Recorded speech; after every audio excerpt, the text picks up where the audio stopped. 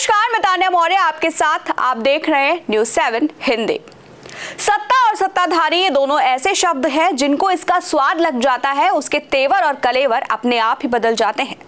जब विपक्ष में रहते हैं तो इन शब्दों से सुशोभित होने वालों पर प्रहार करते हैं, जब खुद की बारी आती है तो विपक्ष पर वार करते हैं। कहते हैं ना, जिसकी सत्ता उसका लाठी। सत्ता चरित्र नहीं बदलता, फिर चाहे वो पूर्वी राज्य हो या पश्चिमी सल्तनत, उत्तर का दरबार हो या दक्षिणी रियासत, सभी का चरित्र एक जैसा ही दिखाई देता है।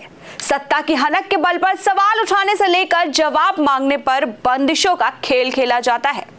और अगर सत्ता के मदान में डूबी आवाज से नहीं दबे तो फिर इनके बुलडोजर और हथौड़े रूपी राक्षस हैं ही आपको निगलने के लिए। सत्ता, सत्ताधारी ये दो शब्द निराले, जिसको मिले उसका चरित्र बदल डाले।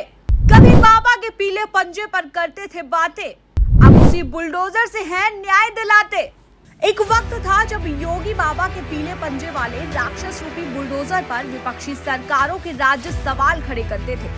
पूरब हो या फिर पश्चिम या फिर दक्षिण हो, सभी राज्यों के सिरमौर इस भगवाधारी पर हमलावर होते थे। लेकिन समय बदला और आलोचना करने वाले उन राज्यों के मुखिया की सोच भी बदली और उन्होंने अपने अपराध का जवाब बुलडोजर से देने का मन बना लिया।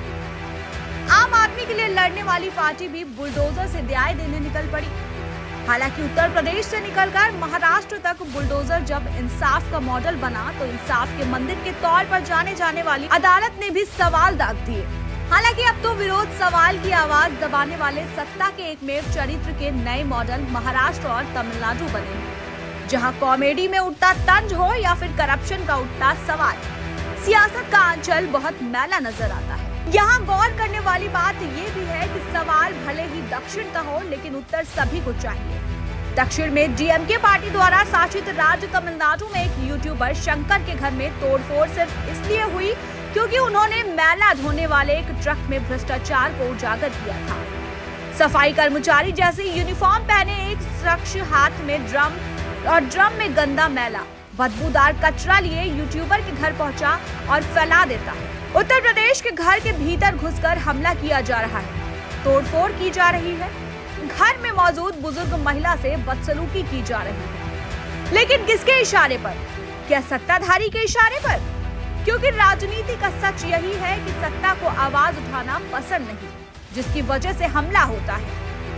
कभी तंज भरी कॉमेडी को लेकर महाराष्ट्र में तोड़फोड़ होती है, हथौड़ा लाकर तोड़फोड़ की जाती है।